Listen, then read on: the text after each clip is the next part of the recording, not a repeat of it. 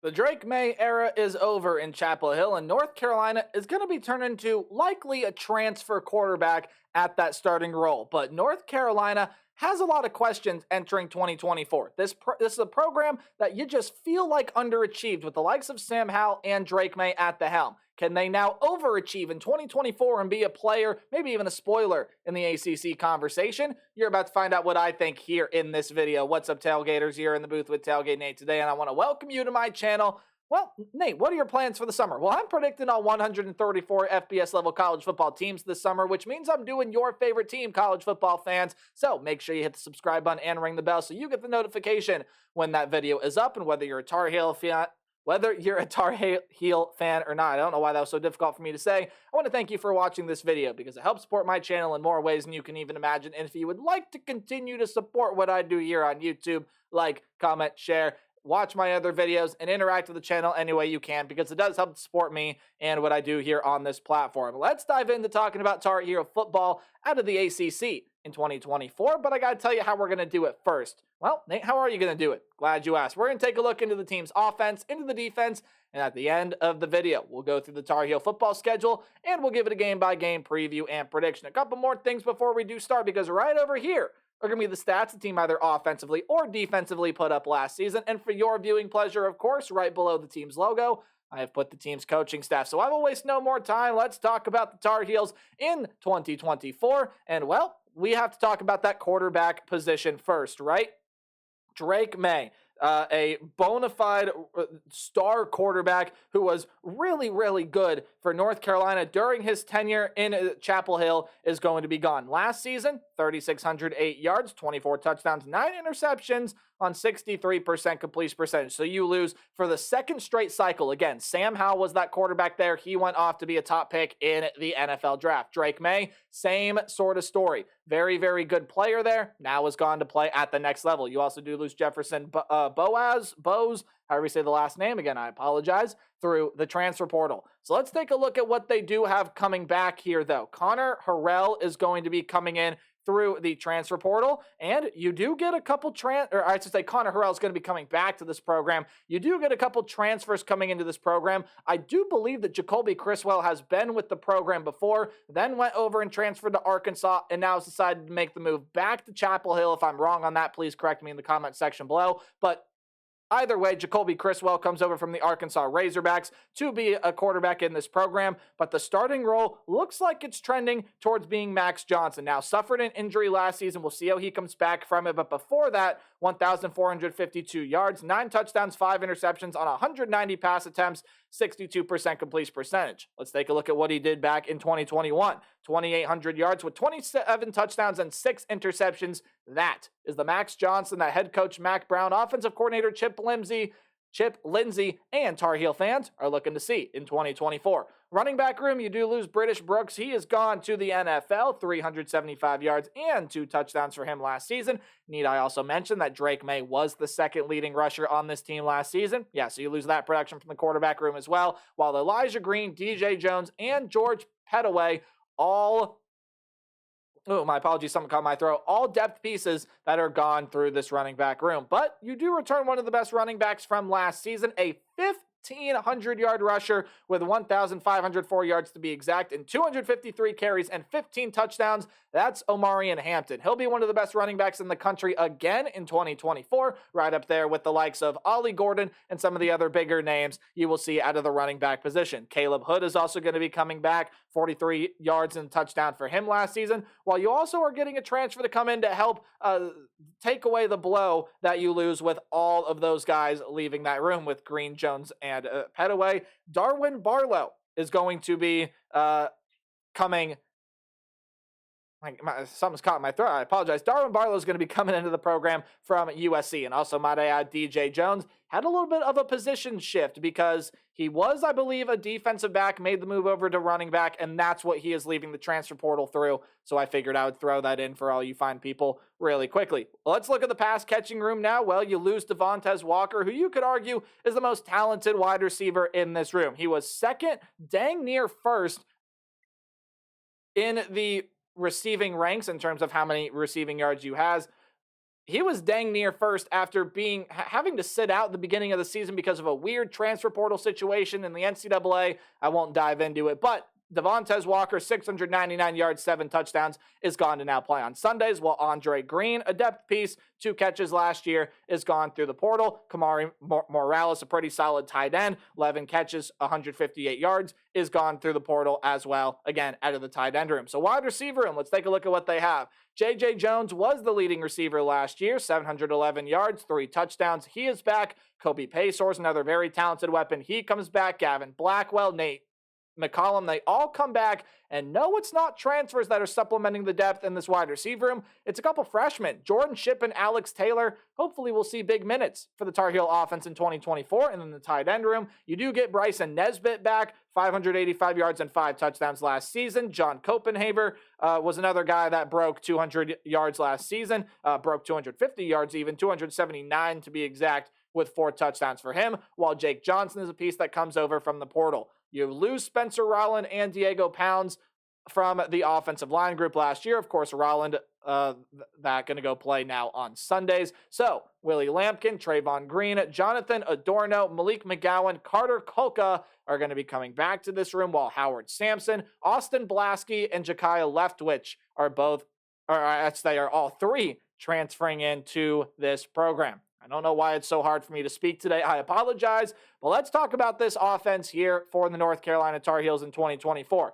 Again, are you going to get Sam Howell, Drake May type production from the quarterback position? Likely no, but if Max Johnson can get back to form like he was at in 2021, you already have a phenomenal running back in Omarion Hampton that hopefully can keep up his production from last season. J.J. Jones, Kobe Paysor, Blackwell McCollum are some really good wide receiver pieces, and overall, the offensive line probably does need to take a step up in the right direction. I mean, they gave up 37 sacks last season, 29 of those to Drake May. So again, whether it's Johnson, Criswell, maybe even Harrell that pushes for the starting job, I'm leaning towards Max Johnson. If he can be the 2021 version of himself and the offensive line can improve, there's a lot of talent on this offense and they should be a good unit in 2024. Defensively, we got to talk about it for the North Carolina Tar Heels.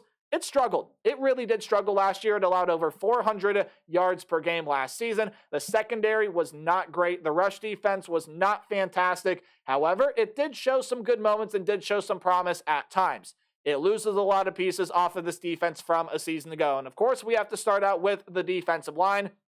And, there's going to be a lot of talent leaving this defensive line room. Miles Murphy is going to be leaving this room. 24 tackles and 1 sack from last season.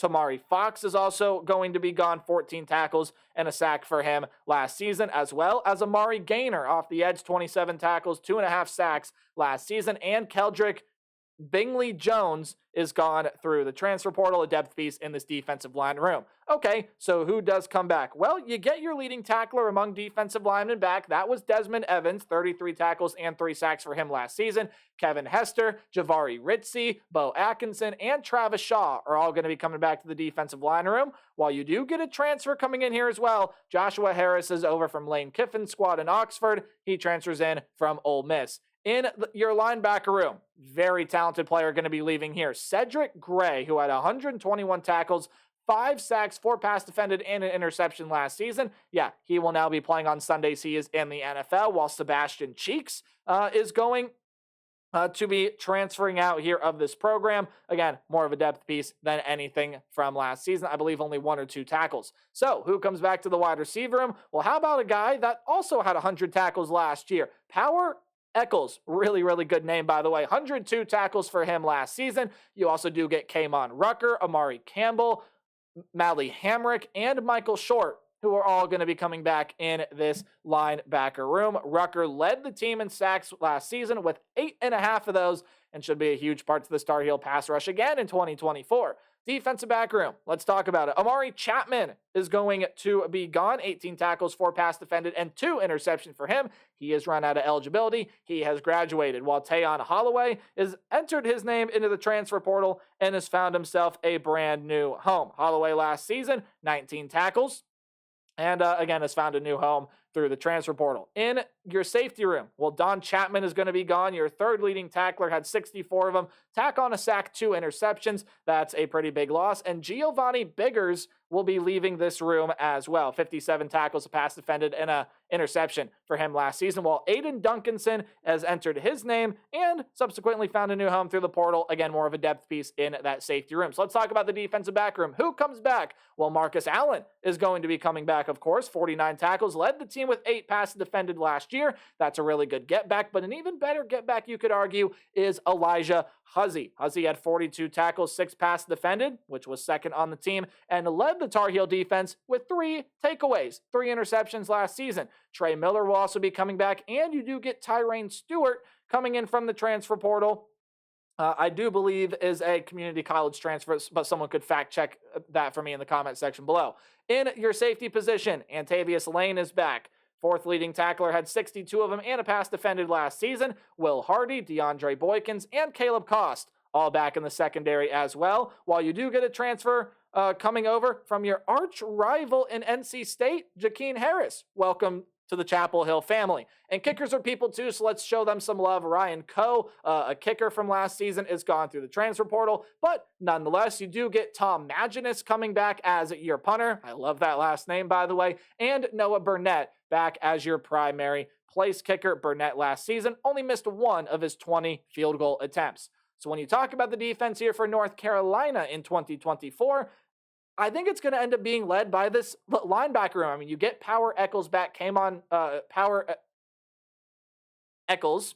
I just wanted to go back and say it again in case I'd said it wrong. Kamon Rucker is going to be coming back as well. Really, really good pass rusher that, again, might see similar numbers to his 8.5 sacks from last season. But this pass rush could take a step up. It had 28 sacks last year, which is a pretty solid number. Could see pretty similar production, if not even a little better production in 2024. You do get Jeff Collins in to be that defensive coordinator. Secondary, we'll see what kind of direction they take in, but again, overall, this is the Tar Heel defense that is just needing some improvement in 2024. And while I think they get some improvement overall, they lost a lot of talent. So it'll be interesting to see where the Tar Heel defense falls in 2024. Let's go ahead and take a look at the Tar Heel schedule, and it looks like this. Any game at home will be underlined, while any game on the road is in italics. Guys, that's that slanted text. Any game in green is going to be an easy win for the Tar Heels.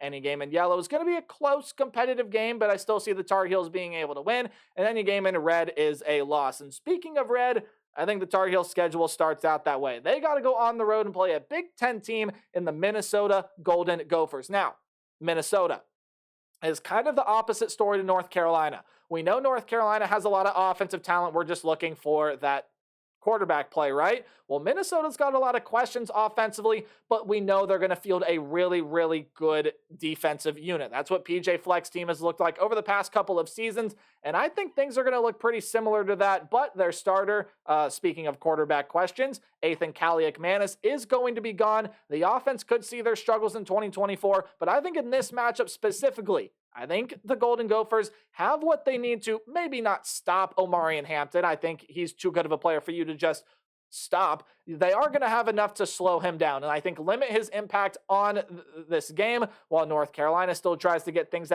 figured out on the defensive end. I think Minnesota especially forces a couple turnovers and helps the Golden Gophers win that game. So I got North Carolina starting out 0-1, but I think they do win their next 3 games. I think they're going to be able to beat Charlotte while Biff Poggy's club is going to get better. I just don't necessarily see Charlotte being competitive with the North Carolina Tar Heels. You get an FCS level opponent in NC Central, and after a quick water break, remember to stay hydrated. I'm going to tell you why they're going to beat James Madison. James Madison is losing a lot from that team last season. Now, their transition from the FCS to FBS ranks has been pretty seamless. They've been one of the better group of 5 FBS teams across the entire country, and James Madison's been a very successful program during their short stint in the FBS, but they do lose Kurt Signetti. They do lose Jordan McLeod, who I believe was that quarterback. From getting that first name wrong, I apologize. They lose a lot of talent that led them to be a very good football team over the past couple of seasons. Now, Bob Chesney coming over from Holy Cross, I think is a really good head coach and an extremely good hire here for James Madison, but especially going on the road to beat North Carolina. Would it surprise me if they won the game? No, not at all. James Madison's still got some really good talent, but I do think the Tar Heels are going to be able to squeak it out. The Tar Heels, I think by this point, have pretty much everything that they need to figured out with the quarterback position. Hopefully Max Johnson is back to playing at 2021, 2022 level, and 2021 level, I should say, and the Tar Heels will beat the James Madison Dukes. However, they will not beat the Duke Blue Devils themselves, so they beat the Dukes, but they lose to Duke. Confusing, I know. I think Duke is going to surprise a fair bit of people this year. Yes, they lost a lot from last year. I don't know why I can't think of his name. Riley Leonard, there you go. The quarterback from last season is gone. Jordan Waters is gone. A lot of defensive pieces are gone. Their head coach, Mike Elko, off to Texas A&M. But Duke still does have a lot of nice talent there with that team. They do have another running back whose name is escaping my mind right now coming back. Malik Murphy is a transfer coming over from Texas. He probably is going to end up being that starting quarterback, and I think he's going to play really good minutes. This is the Duke Blue Devil defense that, again, does lose a lot, but you got to watch out for some of the pieces on that side of the ball. And I think North Carolina goes on the road and loses to their big basketball rival on the gridiron. So North Carolina goes on the road week 5 and loses to Duke. I think they're going to come back home, though, and they do beat the Pittsburgh Panthers. Pittsburgh has got some pretty interesting things to figure out this season, while I still think they have a really, really good wide receiver room that I think might be overlooked by a couple people into the ACC. They do lose some pretty solid defensive pieces. There are some quarterback questions. Pitt is one of those more interesting middle-of-the-road teams in the ACC to try to figure out this season. They could disappoint, they could explode, or they could sit right at expectation. I'm thinking expectation, and the expectation for me is that the Tar Heels come on top in this game in Chapel Hill. So they start out the front half of 2024 with a 4-2 record, and then things start to get a little bit tricky because I think a losing streak starts here. I do think they lose to the Georgia Tech Yellow Jackets, a team that I think is just going to get a lot better in 2024. Now, that might not show record-wise. Georgia Tech still might finish with 5-7, 6-6, somewhere around that record range. You'll have to wait for my video to find out exactly where they land for me, but Georgia Tech still does have a lot of good pieces under Brent Key, and that team continues to get more and more and more competitive as the seasons go along. A team that definitely could explode in the ACC, but at least I have Georgia Tech winning some really big games this year, and this is one of them on the road against the North Carolina Tar Heels. I think Georgia Tech is able to win that one. North Carolina does get an extra week of preparation here for this game, but I don't really think it is going to matter. Now, this is one of those times where, yes, North Carolina is the more talented team than Virginia. I'm not going to sit here and deny that. But sometimes you have to predict the unpredictable to be right. And I think that Virginia upsets North Carolina here. Now, Virginia was not a very good team last season, yes. They're going to be a whole lot better in 2024. And again, whilst with a lot of these ACC teams, it may not quite show record-wise for Virginia in 2024, they are going to be a much better team. They've got some really good pieces coming in through the portal. They've got some really good pieces coming back. They're not going to be as bad as they were last year. And I think they give North Carolina a scare and even beat the North Carolina Tar Heels. Tar Heels also just seem to struggle in the most randomest games. And this is the one where I think they struggle and they drop, and then they fall below 500 with their third straight loss to the Florida State Seminoles. Florida State's going to be a really talented team. Even though Jordan Travis, Keon Coleman, a lot of those defensive pieces are gone, Mike Norvell has still got a really talented squad that'll contend for the ACC title again in 2024 and a college football playoff spot. So then you finally get to breathe again here. You've suffered a 3-game losing streak. Your last 3 games could provide to be fairly interesting matchups. Well, I do think North Carolina starts a little win streak here. I think they are going to be able to beat the Wake Forest Demon Deacons. A, they want to be able to get out of this 3-game slide. B, I think they just have too much offensive talent. I don't think the Wake Forest defense is going to be able to contain them. And again, I said win streak, which means they have to win more than one in a row, which I do think happens, even though I think Bill O'Brien's Boston College Golden Eagles can definitely be a little bit of a threat in the ACC this year, a team you definitely got to keep your eye on. I see the Tar Heels being able to win that game on the road, and I do think that they beat their rival in the NC State Wolfpack, even though I am really high on Dave Doran's squad, who has Grayson McCall coming in to play quarterback. They are going to be a hard-nosed, tough defensive team to run through. North Carolina's got all the offensive pieces to do it. Omari and Hampton can definitely wear down that defensive front, and especially no matter where the quarterback play is here, they have the wide receiver weapons to be able to get it done. And I think NC State suffers some road loss here that maybe they're going to end up being favored in. And again, this is a rivalry game, and it's been one of the more chaotic rivalries that seems to go back and forth. I'll lean with the home side here in the North Carolina Tar Heels, which means I have a 7-5 record. Now, again, depending on quarterback play, depending on the offensive line, depending on defensive improvement, that can fluctuate up or down. But nonetheless, after losing Drake May, pretty solid season for the Tar Heels here. But I want to know what you guys think in the comment section below. We'll move on to the TCU Horned Frogs coming up next. Remember to play hard but tailgate harder, and see you guys in the next one.